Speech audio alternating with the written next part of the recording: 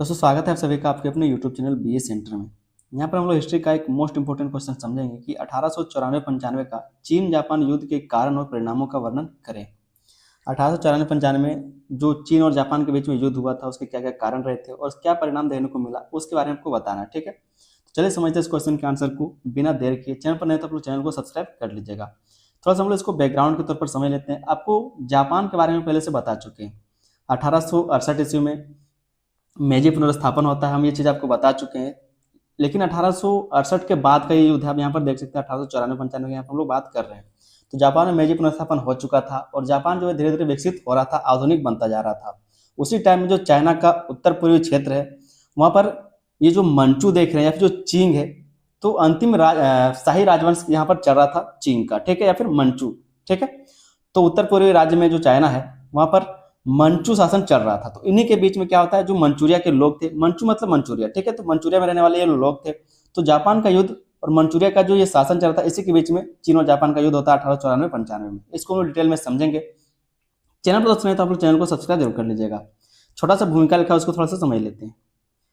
कहा जा रहा है कि 19वीं शताब्दी के अंतिम वर्षों में पूर्वी एशिया में शक्ति संतुलन तेजी से बदल रहा था।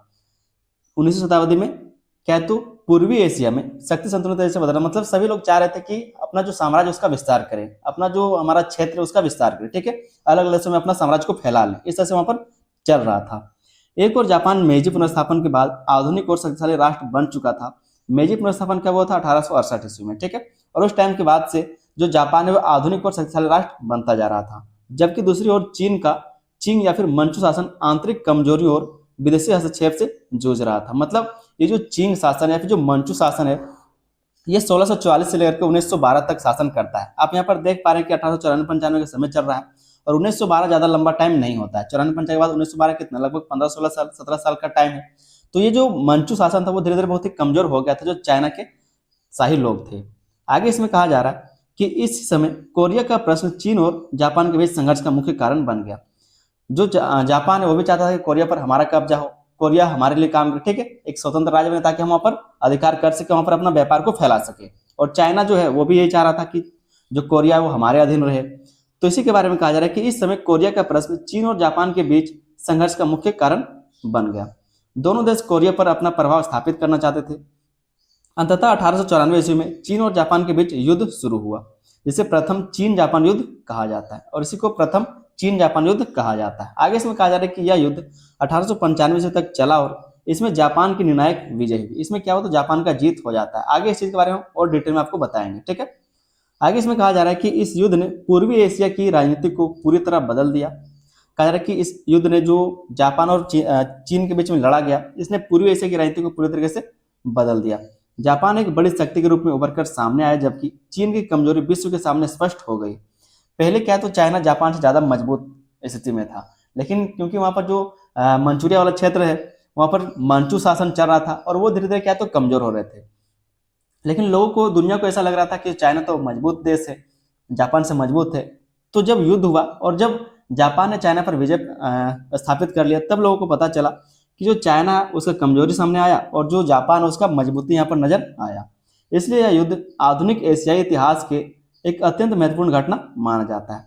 अब दोस्तों हम लोग देखते हैं यहाँ पर चीन जापान युद्ध के क्या कारण रहे, जो चाइना और जापान के बीच में युद्ध हुआ था उसके क्या क्या कारण रहे थे, ठीक है। तो पहला जो कारण था वो था कोरिया का प्रश्न। मतलब कोरिया का जो क्षेत्र है, दोनों ही देश, चाहे वो जापान हो या फिर चाइना हो, दोनों ही चाहते थे कि यहाँ पर हमारा अधिकार रहे ताकि अपना व्यापार जो है सही से चल सके। और पहले से साम्राज्यवाद का कह सकते कि चल रहा था कि मतलब अपना अपना क्षेत्र सभी को बढ़ाना है, जैसे कि आपका पश्चिमी देश हो गया, यूरोप वाले जितने देश हो गया, अमेरिका हो गया, ठीक है। तो इन्होंने अपने साम्राज्य को बढ़ाना चाहा। उसी तरह से जापान ने भी इस चीज को अपनाया और वो भी चाहता था कि हमारा साम्राज्य बढ़े। तो साम्राज्यवाद पर ये लोग ज्यादा ध्यान दे रहे थे। तो पहला जो कारण है चाइना और जापान का युद्ध का, वो है कोरिया। चीन जापान युद्ध का सबसे प्रमुख कारण कोरिया पर नियंत्रण का प्रश्न था। मतलब कोरिया पर किसका नियंत्रण रहेगा, कौन वहां पर अपना अधिकार प्रभुत्व जमा सकता है। कोरिया भौगोलिक दृष्टि से चीन और जापान के बीच स्थित है और सामरिक दृष्टि से अत्यंत महत्वपूर्ण माना जाता है। अब समझिए कि जैसे कि मान लीजिए हमारा भारत हो गया और यहीं पर चाइना है और चाइना से सटा हुआ है कोरिया और यहीं पर है आपका जापान। तो जो जापान और कोरिया दोनों सटा हुआ लगभग है, ठीक है, थोड़ा सा यहाँ पर गैप है, उसके बाद यहाँ पर सटा हुआ है। जो चाइना और कोरिया वो दोनों सटा हुआ है। तो चाइना भी चाह रहा था कि हम कोरिया पर अधिकार रखें और जापान भी चाह रहा था कि हम कोरिया पर अधिकार रखें, जिसके कारण क्या तो ये युद्ध हुआ।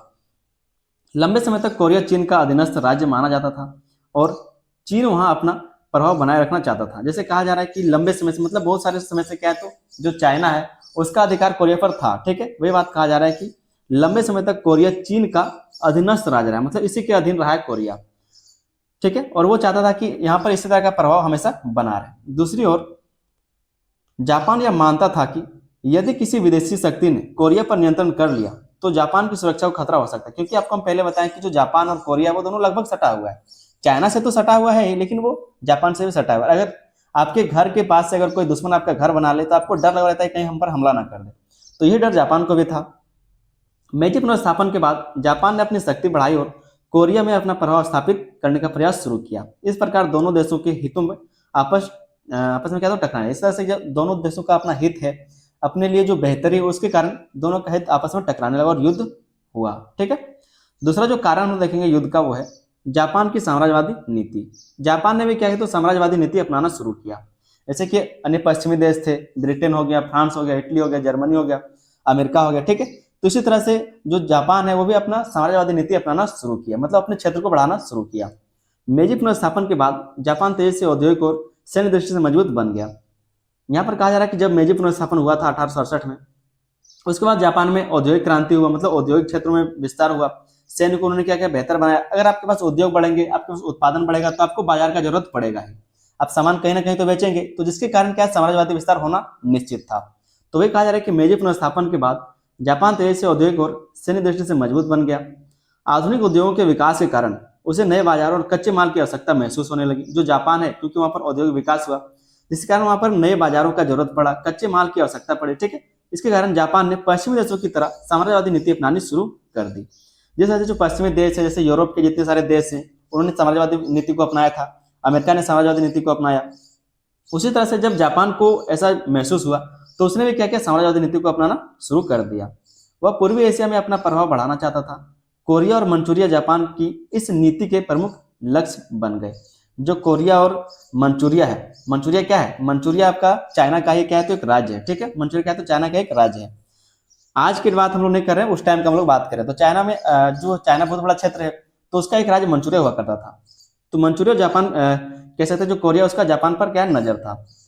जापान का उद्देश्य केवल व्यापारिक लाभ प्राप्त करना नहीं था, बल्कि वह स्वयं को एशिया की प्रमुख शक्ति के रूप में स्थापित करना चाहता था।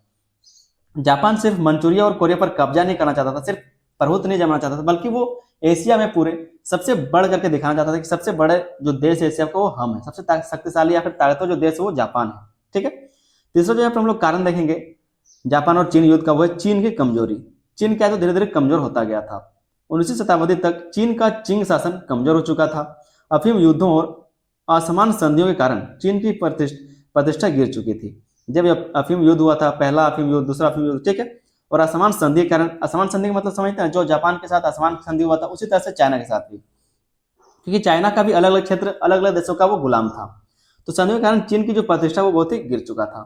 चीन में प्रशासनिक भ्रष्टाचार, आर्थिक समस्याएं और आंतरिक विद्रोह बढ़ रहे थे।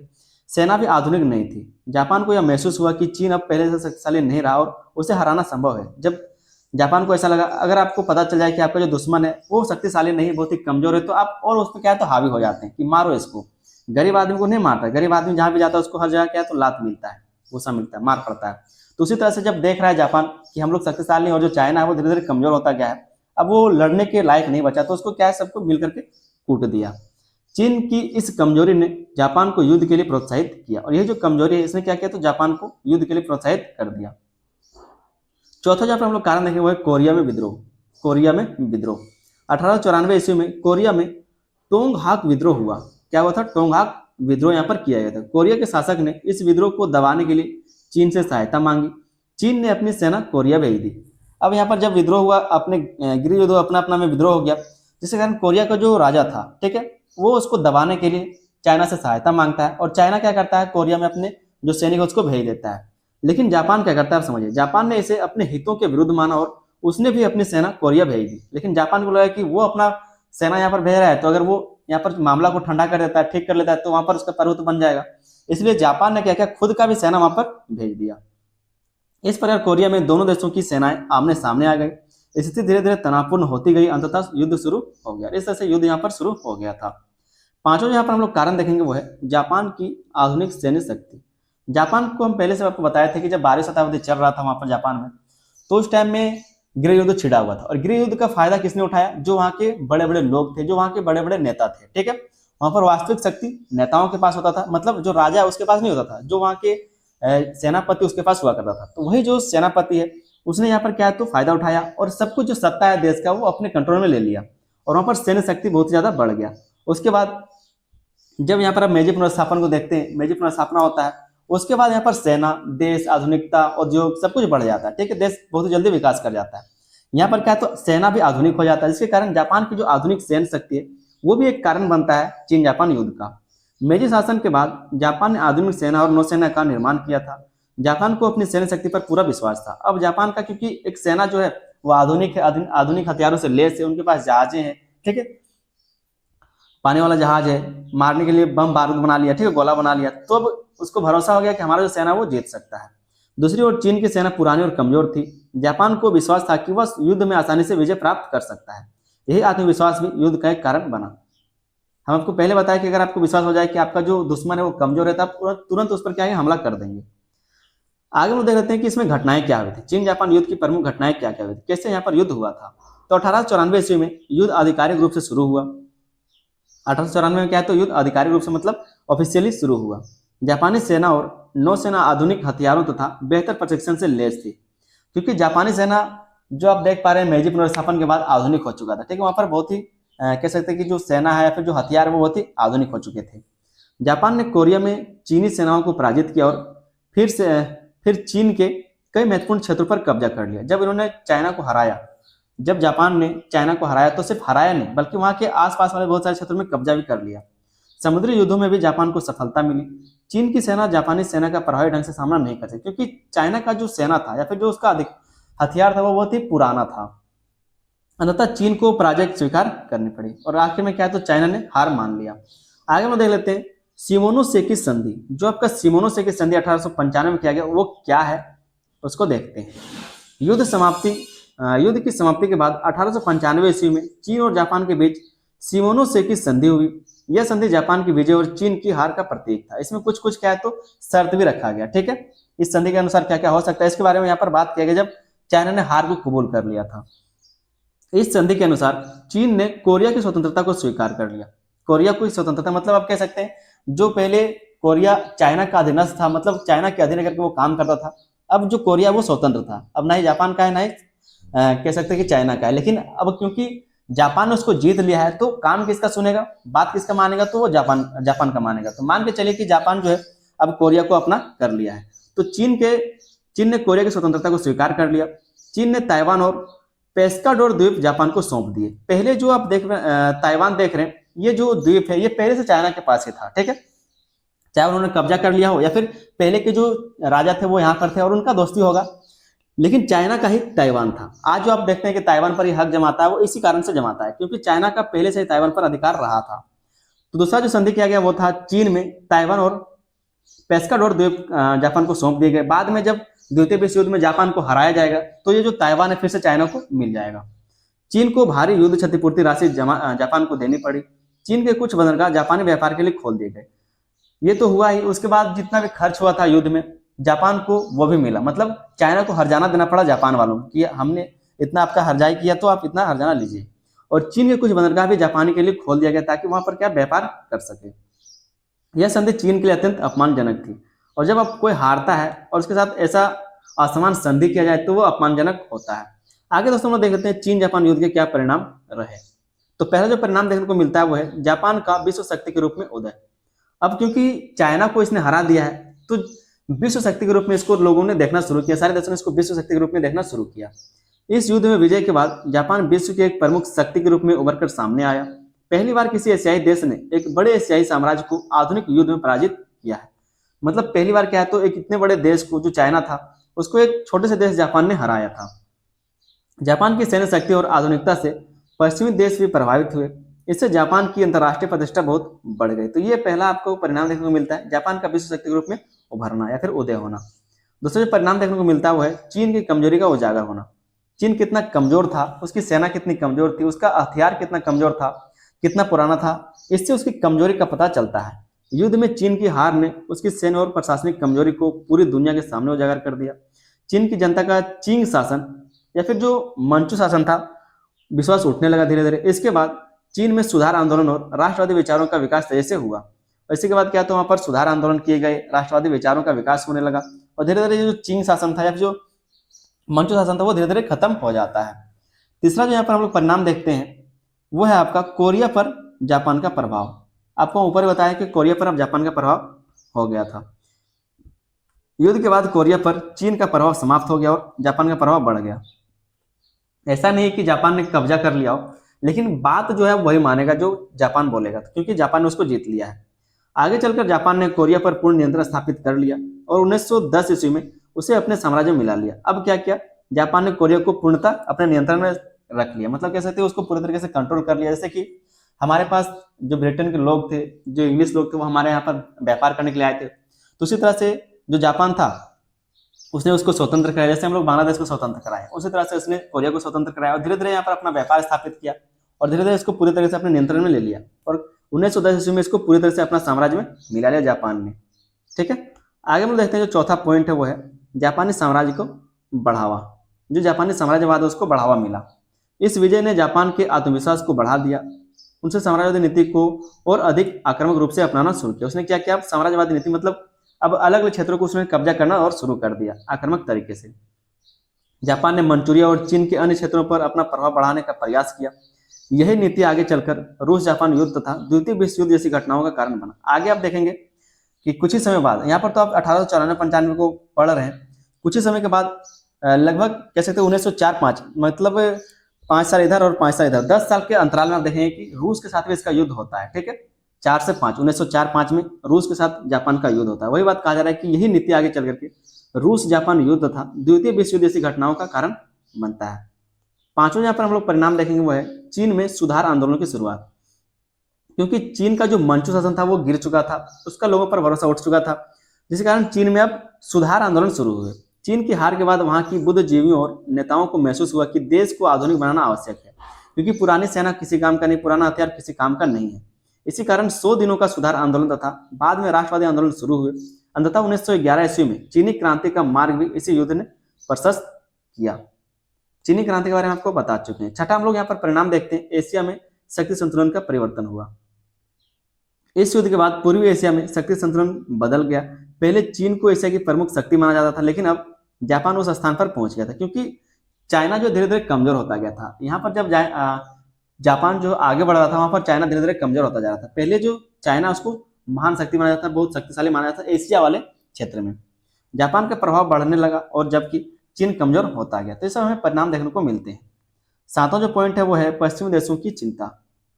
पश्चिमी देशों की चिंता, जापान क्योंकि एक बहुत बड़ा राज्य बन गया था, ठीक है, बहुत विकसित देश बनने लगा था, तो पश्चिमी देशों को ये चिंता होने लगा था। वही बात कहा जा रहा है कि जापान की बढ़ती शक्ति से पश्चिमी देश भी चिंतित हो गए।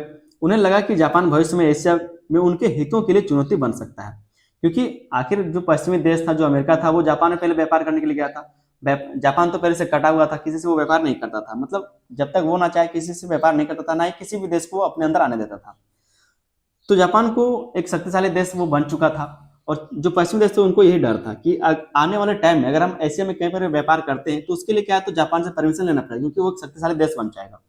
तो ये डर यहाँ पर था। इसलिए बाद में यूरोपीय देशों ने जापान के विस्तार को नियंत्रित करने की कोशिश की और बहुत सारी संधियां की है, जिसके बारे में हम आगे डिस्कस करेंगे दूसरे क्वेश्चन में। ठीक है, जापान को कंट्रोल करने के लिए जो अमेरिका है, ब्रिटेन है, फ्रांस है, इटली, ठीक है, बहुत सारे देशों ने क्या किया, मिलकर के वहां पर इसको संधियां की और इसको कंट्रोल करने का काम किया है। आगे दोस्तों एक छोटा सा हम लोग निष्कर्ष देख लेते हैं। निष्कर्ष को हम लोग इस तरह से लिख सकते हैं कि 1894-95 का चीन जापान युद्ध आधुनिक एशियाई इतिहास की एक महत्वपूर्ण घटना थी। इस युद्ध का मुख्य कारण कोरिया पर नियंत्रण की प्रतिस्पर्धा, जापान की साम्राज्यवादी नीति तथा चीन की कमजोरी थी। क्या कहा जा रहा है, इस युद्ध का मुख्य कारण क्या था, तो नियंत्रण की प्रतिस्पर्धा, मतलब कौन किस देश पर नियंत्रण कर सकता है। जापान का जो साम्राज्यवादी नीति है वो था, और चाइना क्योंकि कमजोर होता, यह भी कारण है इस युद्ध का। युद्ध में जापान की विजय ने उसे एक शक्तिशाली आधुनिक राष्ट्र के रूप में स्थापित किया, जबकि चीन की कमजोरी पूरी दुनिया के सामने आ गई। इस युद्ध ने पूर्वी एशिया की राजनीति को बदल दिया और जापानी साम्राज्य को बढ़ावा मिला। तो इस तरह से एक छोटा सा आप लोग निष्कर्ष लिख लीजिएगा। उम्मीद करते हैं क्वेश्चन का आंसर आपको समझ में आ गया होगा। चैनल पर दोस्तों नहीं तो आप लोग चैनल को सब्सक्राइब जरूर कर लीजिएगा। वीडियो पसंद है तो वीडियो को लाइक करके अपने दोस्तों में इसको शेयर भी कर देना, ठीक है। शेयर कीजिए, प्लेलिस्ट आप लोग के लिए बना दें, इसका लिंक आपको डिस्क्रिप्शन में मिल जाएगा, एक बार जाके चेक कर लीजिए और तैयारी शुरू कर दीजिए, ठीक है। मिलते हैं हम लोग किसी अगले वीडियो में, तब तक के लिए धन्यवाद, जय हिंद।